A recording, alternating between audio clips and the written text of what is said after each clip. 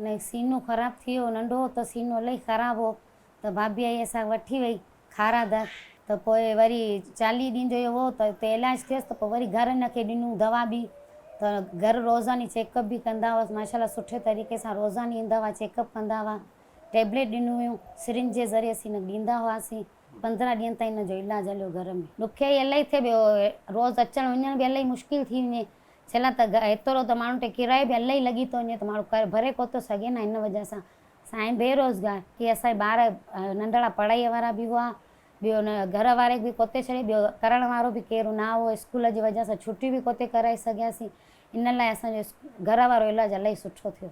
जी मेरी बच्ची की तबीयत बहुत ख़राब थी तो मुझे अस्पताल जाना पड़ा। वहाँ अस्पताल जाने के बाद हम डॉक्टर के पास गए। डॉक्टर ने बताया आपके बच्चे के हम बताएंगे कि हॉस्पिटल का इलाज है या घर का। तो फिर मेरे बच्चे को घर उन्होंने कहा कि आपके बच्चे का घर का इलाज है।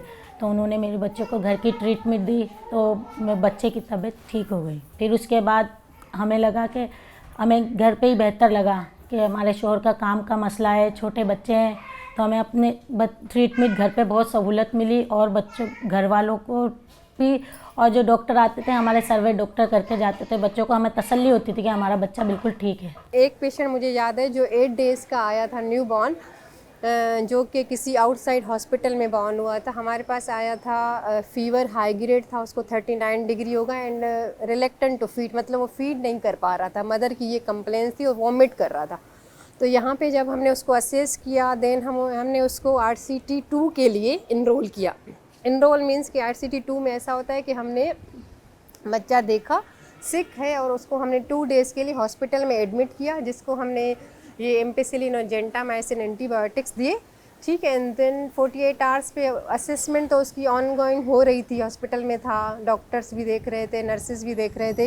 लेकिन फिर हमने 48 आवर्स पे उसकी क्लिनिकल साइंस देखी कि वो भी इम्प्रूव हो गई इस ट्रीटमेंट से, और उसका जो एक CRP हम करते हैं कि वो भी नेगेटिव आ गया। CRP इन्फेक्शन को शो करता है, वो भी नेगेटिव आ गया। देन हमने उसको जब RCT 2 के लिए एनरोलमेंट की तो उसका आया out patient arm. Out patient arm का मकसद है कि वो उसको हमने घर भेज दिया ओरल ट्रीटमेंट पे, ओरल अमॉक्सिसिलिन फॉर 5 डेज़ के लिए, ठीक है। तो उसको फिर हमारी जो टीम है उसने क्लोजली फॉलोअप किया 5 डे पे, 7 डे पे, डे 15 पे।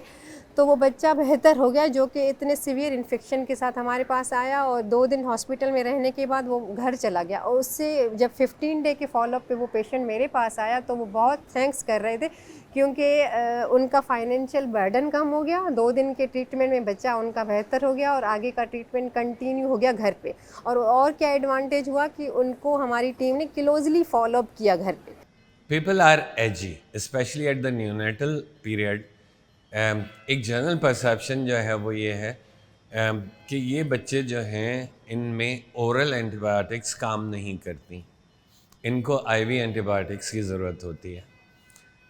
Again, I mean, there's no conclusive evidence जिसके लिए हमें जो है वो that's why we are doing this PSBI study, कि हम देखें और लोगों को ये कन्विंस करें, specially the health care workers, doctors जो कि इन बच्चों को देख रहे हैं, पीडियाट्रिशियन, कि उनको ये कन्विंस किया जाए कि ये वो बच्चे हैं जो सटल क्लिनिकल साइन के साथ अगर घर पे भी मैनेज हो जाए तो it's as good as treating the baby in the hospital. What I think कि ये हमारे लिए ही फ़ायदेमंद है।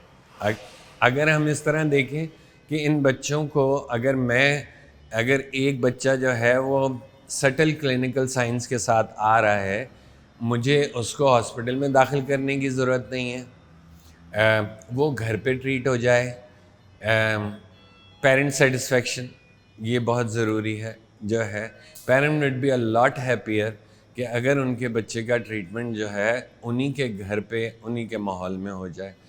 So that's the basic idea behind it, and we know that in Pakistan there has been a lot of study that being in a hospital itself is a risk factor. So that's what we are trying to, that's why we participated in that.